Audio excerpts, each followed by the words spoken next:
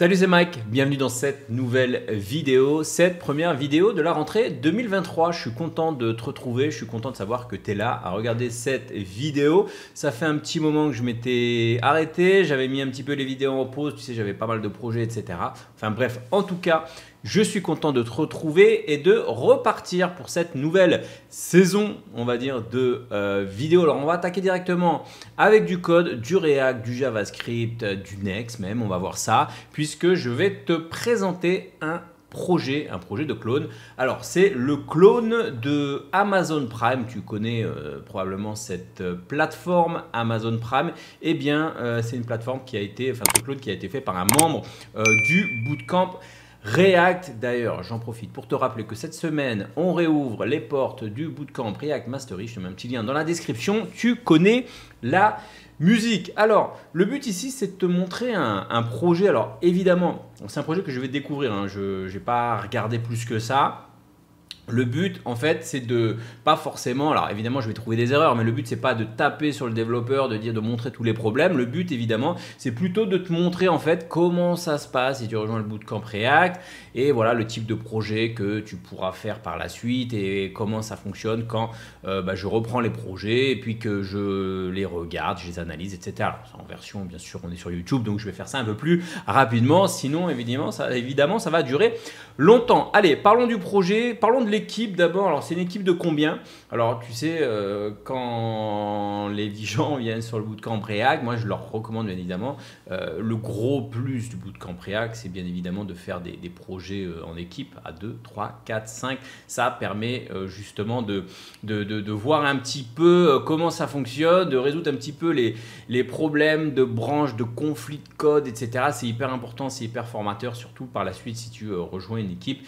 Ça fait partie du métier de développeur, mais ce projet est un petit peu différent, c'est pour ça que j'ai voulu te le montrer. C'est que c'est un projet d'une personne en fait. Alors c'est possible, c'est pour ça que je voulais te montrer ça. C'est qu'il y a des personnes qui travaillent en équipe, mais des personnes aussi qui peuvent travailler tout seul. Donc en gros, tu peux faire ton projet, tu le développes et ensuite tu me l'envoies et ensuite on fait la revue de code et on fait la revue de projet ensemble, etc. Donc c'est pour ça que je voulais te montrer ça. Le projet, c'est un projet relativement classique, un clone, et dans notre cas, eh bien, ça va être le clone d'Amazon Prime. Je t'en ai déjà parlé. Alors, les critères que je regarde souvent sur ces types de projets, c'est donc déjà les basiques, que ça démarre, qu'il n'y ait pas de problème, que le projet soit publié, déployé en production. Je n'aime pas que voilà, les projets soient juste sur GitHub et puis derrière, ça ne soit pas déployé. C'est important de déployer.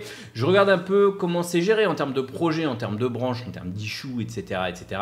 Que le projet soit en ligne. Je regarde dans les grandes lignes, l'aspect un peu graphique, que ça soit responsive, que ça réponde bien, etc.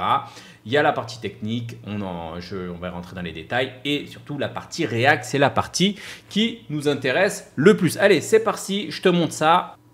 Alors hop, je viens de te cloner le projet qui vient ici, Prime Video, donc de Ahmed. Merci Ahmed pour ce projet. Donc première chose que je regarde qu'il y a le projet, tout est bon. Je vois qu'il y a Getting Started, tout est bien, il n'y a pas de souci. Alors là, ce que je vois déjà, c'est que c'est un projet Next.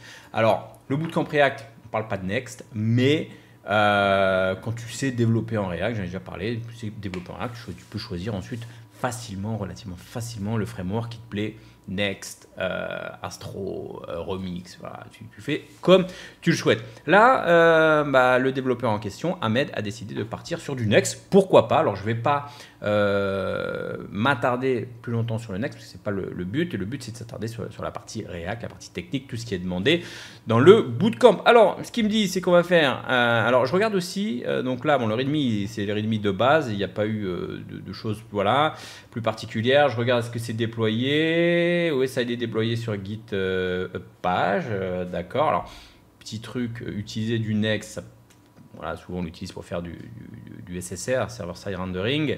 Je pense que là, ça a dû être déployé en statique, je pense, puisque sur GitHub page, on ne peut pas, il me semble, sauf n'hésitez pas à me dire en commentaire si je me suis trompé, mais normalement, on ne peut pas déployer du code dynamique, on n'est que sur du code statique. Qu'est-ce que je vois d'autre? Je vois que là, il y a les commits. En termes de branches, oui, alors il n'y a pas beaucoup de branches, il y a 2 branches. Est-ce qu'il y a des tags? Il n'y a pas de tags. Voilà, effectivement, c'est un développeur qui a travaillé travailler tout seul, donc effectivement, il a pas toute cette partie branche. Alors, on va faire, alors j'ai fait un yarn pour installer dépendance. On va lancer le projet, donc avec un yarn dev. C'est parti, allons-y pour un yarn dev. Hop, ah bah dirons, eh bah ça marche, ça va. Bon voilà, première, bon, on va pas s'arrêter là, hein, on va pas dire que voilà ça marche pas. Allez, on va regarder un petit peu qu'est-ce qu'on a dans le readme. Bon, le readme, on a vu qu'il n'y a pas grand chose. Package.json, allez, qu'est-ce qu'on a là-dedans? On voit alors les scripts, on va aller voir les scripts. Tac, tac, tac, sont les scripts. Ce qu'on va faire, on va essayer de faire un build et un start. Hein. Peut-être qu'il y a un dev, ça marche pas. Allez, hop. Donc j'espère quand même que ça va marcher, ça. Donc yarn build. Et ensuite, hop. Donc là, ça a l'air de construire. Est-ce que le yarn start va fonctionner? J'espère quand même. Sinon, ça serait con. Pour cette vidéo, j'aurais pas grand chose à vous montrer à part du code qui ne serait pas déployé. Donc là, le build est bon. Allez, on va faire un yarn start. Voilà, yarn start. Ça a l'air voilà. Donc il me dit que ça a été déployé ici. Let's go. C'est parti. Voilà. Donc là, on voit des choses, très bien, on voit des choses. Alors, est-ce que je suis pas... Ah oui, je suis en mode zoom. Donc, on voit déjà, première chose que je peux dire, c'est qu'effectivement, on a un site qui est plutôt joli, alors qui a du mal à charger, ce qui est normal, il y a peut-être pas mal d'images. Mais, a priori, déjà, graphiquement, alors je regarde je regarde si le site démarre correctement. Donc là, bon, il y a eu des petits accrochages, mais bon, finalement, on a réussi à démarrer. Là, ça a l'air des données bidons, puisque ça a été répété. Bon, c'est pas si grave que ça. Mais en tout cas, voilà, on voit qu'on a bien des vraies données. Je ne pense pas que ce soit un mock. Je pense qu'on doit appeler l'API TMDB qui permet de récupérer tout ça. Donc là, jusque-là, c'est plutôt cool. Moi, je trouve que ce projet est plutôt cool, plutôt joli. Alors, je ne connais pas bien la plateforme Prime, mais a priori, comme ça, ça m'a l'air plutôt pas mal. Allez, on va regarder dans les grandes lignes. Alors, ça aurait... Ouais, c'est responsive, c'est bien. C'est responsive, effectivement. On aurait pu ici, là, voilà, avoir des cartes... voilà, on est en mobile, là. Avoir des cartes qui ne soient pas aussi petites, ça s'arrête et que ça retourne à la ligne. Bon, on va chipoter un peu. C'est vrai, si on est sur mobile, là... sous mobile, effectivement, ici, qu'est-ce que ça nous donne là? Hop, putain, il est trop grand mon truc là, comment ça se fait? Je suis pas bien redimensionné ou quoi? Qu'est-ce qu'il y a? On va se mettre sur un iPhone là. Je sais pas si c'est parce que je suis mal, mais voilà, il y a des petites galères. Bref, on va revenir en mode normal. Alors, ce qu'il faut toujours dans les projets en équipe, c'est que techniquement, bon, voilà, ça démarre, c'est bien. Qu'on puisse aussi donc se connecter. On va regarder s'il y a des appels d'API quand même. Là, je pense que... Oula, alors déjà, un truc que je regarde souvent ici, effectivement, c'est les logs. Alors là, effectivement, on est... ça n'a pas été nettoyé là. Déjà, c'est un truc que je dis, voilà, quand même, quand vous déployez un truc, vous pouvez nettoyer les logs. En termes de network ici, allez, on va recharger. Ouh là là, oui, là, ça transfère... ça transfère un bon paquet de data là, puisqu'on a 177 mégas. Qu'est-ce qui... Je sais pas, faudrait que j'analyse d'où viennent toutes ces données. Mais là, clairement, une homepage qui charge avec 177 mégas. Ouais, il y a un truc là. Voilà, ça fait peut-être un peu... peut-être un peu beaucoup pour une... Allez, attends, est-ce qu'on va faire? On va cleaner le cache. Ouais, ça... Ouais. Effectivement, là on va parler peut-être après. Voilà, c'est des choses... Voilà. Donc, typiquement, moi, c'est un truc que je constate, là. Clairement, il y a un gros problème de ressources là, de chargement. Alors, ça doit être l'API qui appelle les images, qui doit choisir une image en haute résolution et de prendre une image normale. Bon, bref, ça, c'est des choses typiquement que je constate. Et lors de la revue de projet, on en discute et on regarde un peu comment on peut optimiser tout ça. Bon, voilà, typiquement. Bon, en tout cas, on voit que... on va regarder le système de recherche. Si je mets robot, est-ce qu'on a des films de robots? Ouais.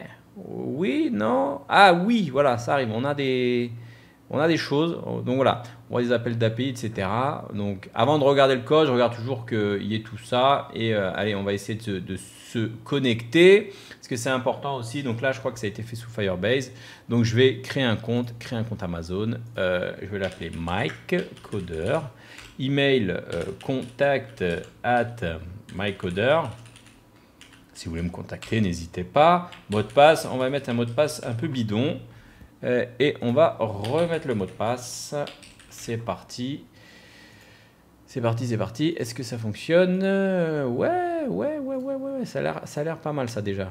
Ça a l'air pas mal. Alors, hop, j'aime bien de regarder ce qui se passe. Ça a l'air pas mal. J'ai l'air de me connecter. Allez, qu'est-ce qu'on a dans le compte et paramètres? Ça fonctionne ici? Non, bon, ça fonctionne pas. Je suis connecté, mais voilà, alors je vais me redéconnecter et je vais voir si avec mon compte créé, je peux m'identifier à nouveau. Donc c'est parti. Contact. Oh là, j'ai du mal aujourd'hui. MyCoder. Mot de passe, c'est parti. Est-ce que je peux m'identifier? Yes, alors on a des petits problèmes de chargement. Mais globalement, ça fonctionne. Donc là, voilà, point positif. On a un site qui présente bien. On a des appels d'API. On a un peu de responsivité. On a la gestion des comptes. Gestion du profil ici. Non, ça ne marche toujours pas. Mais bon, voilà, on peut au moins se connecter. On ne va pas trop en demander. Alors, ce n'est pas des projets parfaits, hein, mais voilà, c'est une bonne base. C'est une bonne base. Alors, on voit un petit truc qu'on pourrait améliorer. Typiquement ici.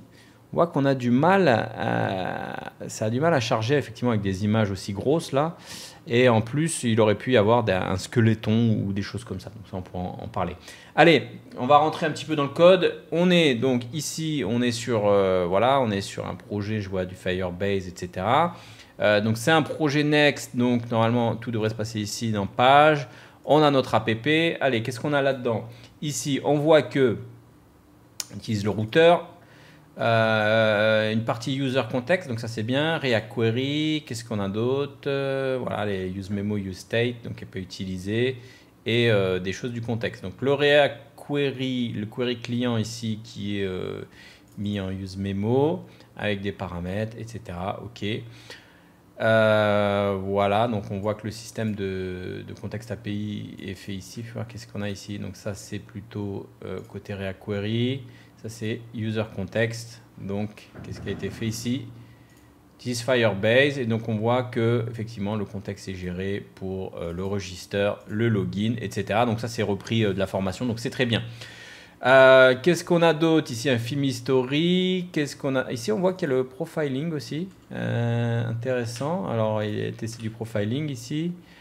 Il y a un profiler, effectivement. Ah oui, ça, c'est mon profiler. Je reconnais mon code, hein. Petit coquin Ahmed. Bon, après, tu as raison hein, de prendre et de t'amuser. Qu'est-ce que je peux dire sur le projet? Alors, globalement, sur le projet, en termes de hiérarchie, c'est plutôt pas mal. Hein. On voit la hiérarchie de projet, on voit qu'il y a les API, on voit qu'il y a les pages, en fait, c'est les routes ici. Alors, qu'est-ce que je vois dans l'API, là? Firestore API, ça me paraît bizarre ça. Alors ça, c'est les trucs qui peuvent me sauter aux yeux. Alors le Hello, là, ça ressemble parce que c'est vrai qu'on peut mettre des API côté Next. Typiquement ici, si j'appelle Hello, effectivement, ça doit me retourner un Hello. Alors est-ce que ça fonctionne ça? Allez, slash Hello. Oui, donc là, ah non, ça marche pas. Oui, parce que c'est API slash Hello, c'est ça. Normalement, sur Next, API slash... Voilà. Là, on a quelque chose qui nous retourne, mais là, je pense que ça, typiquement, je vois le code là, ça m'a pas l'air être du code. Voilà. Donc là, typiquement, c'est le genre de. Alors, je vais tester avant de parler trop vite, pardon. Hop, on va appeler cette API. Qu'est-ce que ça nous donne? Voilà, internal server error, c'est normal, puisqu'ici, il y a une petite confusion entre du code back-end ici qui est du code backend, donc qui retourne des API, et ici c'est du code client. Ça se voit que c'est du code client, ça a été mis dans API, mais ça bon voilà, c'est juste une question de dossier, mais ça peut prêter à confusion. Ici ça c'est du code client qui devrait être dans un autre dossier, puisqu'ici en fait on fait des appels clients et ça serait plutôt la partie serveur. Je ne suis pas un expert de Next pour le moment, mais voilà, a priori ça peut porter à confusion. En tout cas, ici, si on regarde ici, on peut regarder cette partie client API. Alors oui, c'est du Firebase, donc Firestore ici. On ne le voit pas dans la formation, on ne le voit pas dans le bootcamp, et c'est là que c'est important de comprendre que une fois que tu as les bases en React, et bien après tu peux utiliser des outils tierces, Firebase ou autres, pour gérer en fait les données côté back-end. Qu'est-ce qu'on a? On a l'authentification, on a les pages de sign-up, login, donc tout ce qu'il y a de plus classique. On a, donc ça a été découpé par catégorie. Etc. Donc tu vois que ça m'a l'air ok. On a des données de mock ici, du helper. On voit du Cypress, on ira parler des tests un petit peu plus tard. Et sinon, on voit que le contexte API ici, comme je disais tout à l'heure, c'est utilisé. Si on regarde le Movies Hook Context ici, c'est quoi ce contexte API? Voilà, donc c'est quelque chose qui gère donc les films et les séries. C'est aussi dans le ça vient du bootcamp React. Je reconnais ce code là. Donc on voit que le reducer pattern est maîtrisé. Le hook use reducer, en fait, ça permet il permet ce contexte API permet de gérer un peu des données qu'on voudrait mettre, qu'on voudrait sauvegarder dans notre application. Alors, est-ce que ça fonctionne d'ailleurs, ça? J'imagine qu'il doit y avoir un bouton sur notre application ici. Si je fais... ça charge ici, ça charge pas mal. Si je fais... Donc, ça doit être ce bouton ajouter, peut-être ajouter aux favoris. C'est ça. Ajouter aux favoris. Comment ça marche? Mon espace, peut-être. Ouais. Si j'ajoute... ce film là, Cold Haze, c'est ajouté. Donc voilà, ça a l'air d'être fonctionnel. Ah, on a aussi un petit player qui tourne, qui m'a l'air toujours le même. Ouais, voilà, c'est un truc de test. Bon, sinon, qu'est-ce qu'on regarde d'autre? Alors moi, je regarde ça. Je regarde qu'il y ait bien des appels d'API. Alors, allez, on va regarder un petit peu les appels d'API. Est-ce qu'il y a du Axios ici? Est-ce qu'on a du Axios dans le projet? Est-ce qu'on a du Axios? Non, si. Voilà, client API. Qu'est-ce qu'on fait ici? On appelle, voilà, c'est la partie API qui appelle donc toutes les données API endpoint from config. Ici, on a les URL. Alors, c'est bien, ça a été mis en variable d'environnement. Donc c'est plutôt sympa. Allez, on va regarder un petit peu du code. On va essayer de regarder un petit peu de code là, comme ça, rapidement. Donc ce que je fais, je regarde le code. Est-ce qu'on a... Bon, on voit qu'il y a des composants. Allez, on va regarder quelques petits composants. Prime... c'est bizarre ce nommage là. Allez, on va regarder composants film par exemple. Marrant parce que je vois... Ça a l'air d'être des données... souvent statique.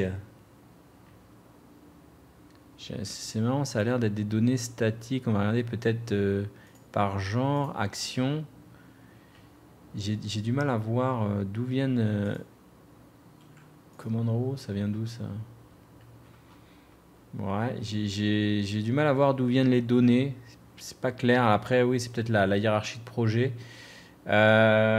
Qu'est-ce qu'on pourrait regarder d'autre? On va regarder s'il utilise useQuery, par exemple, React Query. Ouais. Ah oui, c'est dans les... Alors ça, peut-être que en termes de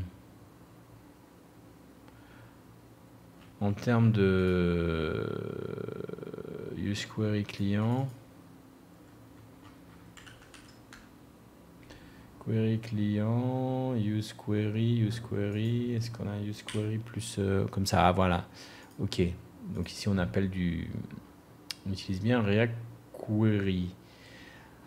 Cool, bon voilà, qu'est-ce que je pourrais regarder d'autre? On va regarder un peu, alors si je reprends un peu la partie app, component, layout ici. Voilà, donc c'est bien, on a un layout, on voit qu'on utilise du lazy loading, là, on voit le lazy loading, suspense. Alors là, c'est intéressant puisque on voit qu'il y a du lazy loading avec du suspense, mais on voit que les pages de chargement sont... Je dirais pas que ça a été géré correctement, ça. Ça n'a pas été géré correctement et pourtant... Remarque, alors oui, ici... faire du lazy loading pour un footer, je pense pas que ça serve à grand chose puisque en fait ici dans le lazy loading, hop, on a un footer, ça charge immédiatement. Là où ça aurait été intéressant de le faire, effectivement, voilà, c'est des choses. Moi, je regarde un peu l'application comme ça et après on en discute. Bien évidemment, là, je découvre le projet et après avec Ahmed, on va en discuter et je vais essayer de comprendre. Peut-être qu'il y a une raison derrière, j'ai peut-être pas tout vu, mais typiquement, si Ahmed utilise du suspense ici, là, alors ça peut être intéressant.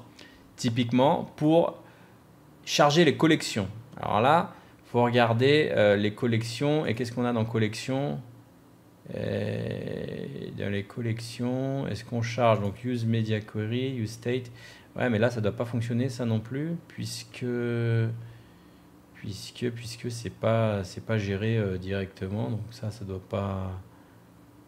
Je sais pas comment ça peut fonctionner ça doit pas fonctionner. Raw displayer, qu'est-ce qu'on a là-dedans? Raw displayer.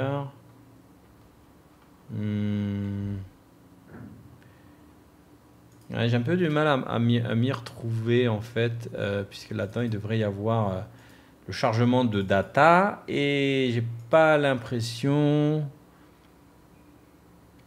qu'on voit beaucoup de données ici et où j'ai raté quelque chose.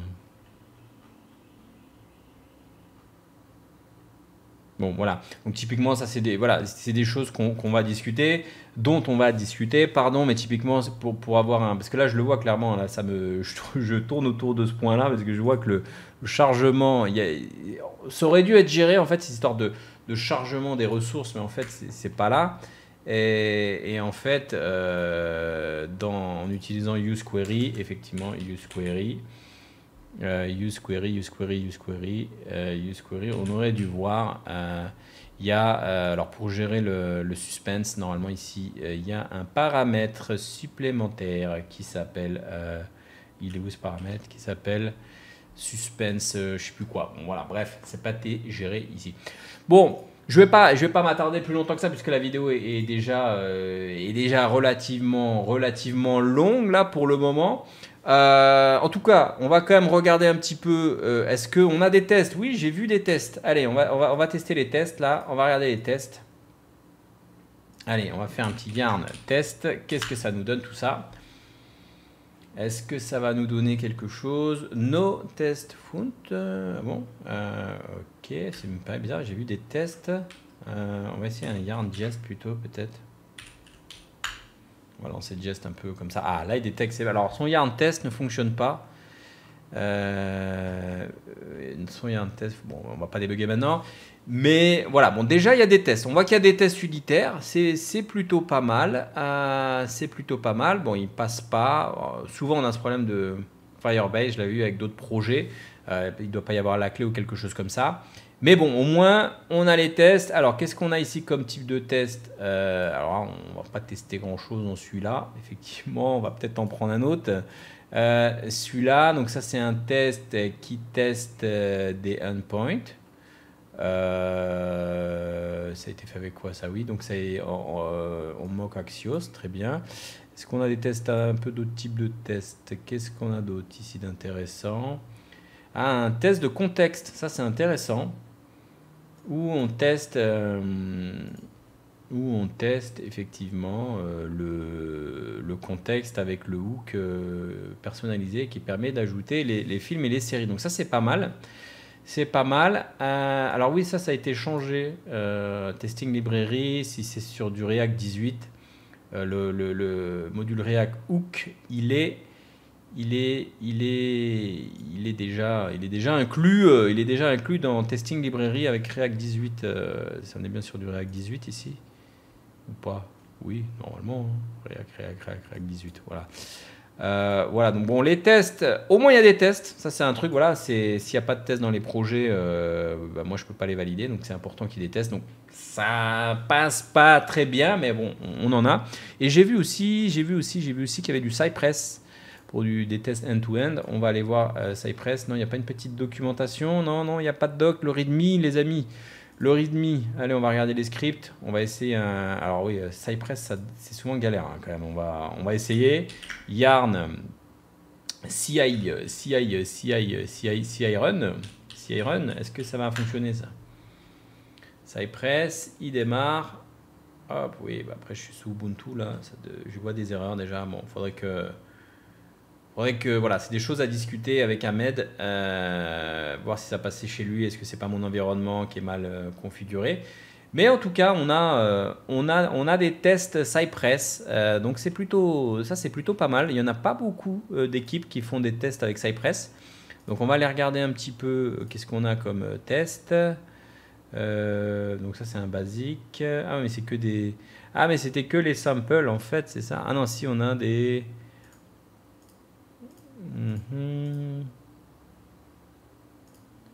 Oui, donc c'est que les basiques. Ah si, donc il y a quand même... oui, il y a des tests Cypress qui ont été développés. Donc ça c'est un point positif. Bravo à Ahmed, même si ça ne démarre pas. Voilà, en tout cas, merci à Ahmed pour ce projet. Alors je vérifie quand même une dernière chose sur son projet. Ici, donc il n'y a pas de... Il y a les déploiements, je voulais voir un truc aussi, je regarde s'il y a des actions ici. Ouais, donc des déploiements continus. Alors c'est bien ça, donc ça veut dire que son projet est déployé en continu sur GitHub Page. On va cliquer ici, on va regarder un petit peu le build. Voilà, donc ça build. On va regarder un petit peu qu'est-ce qu'on a dans le build. Donc, ouais, ça détecte le node, machin. Ça build avec Next, donc ça fait du statique, hein, ce que je disais tout à l'heure. Ça déploie en statique, tac, et ensuite ça y va. Je vois des issues aussi. Alors ça c'est bien. Alors il n'y en a aucune qui a été clôturée, qui a été faite, bon c'est pas grave. Mais en tout cas, elles sont là. Donc ça c'est important, c'est une bonne chose. C'est vrai que je vois pas mal de devs qui font des projets, ils ont des bugs, ils les gardent en tête, ils disent wow, on verra ça plus tard, machin. Là, le point positif d'Ahmed, hein, c'est que il les a tous renseignés. Donc ça, c'est une bonne chose. J'aurais aimé voir peut-être ici des pull requests, etc. Mais vu qu'il travaille tout seul, effectivement, il n'a pas vu la nécessité de faire des pull requests avec des revues de code, etc., des branches. Mais bon, voilà, c'est des choses qui viendront. En tout cas, je vais m'arrêter là.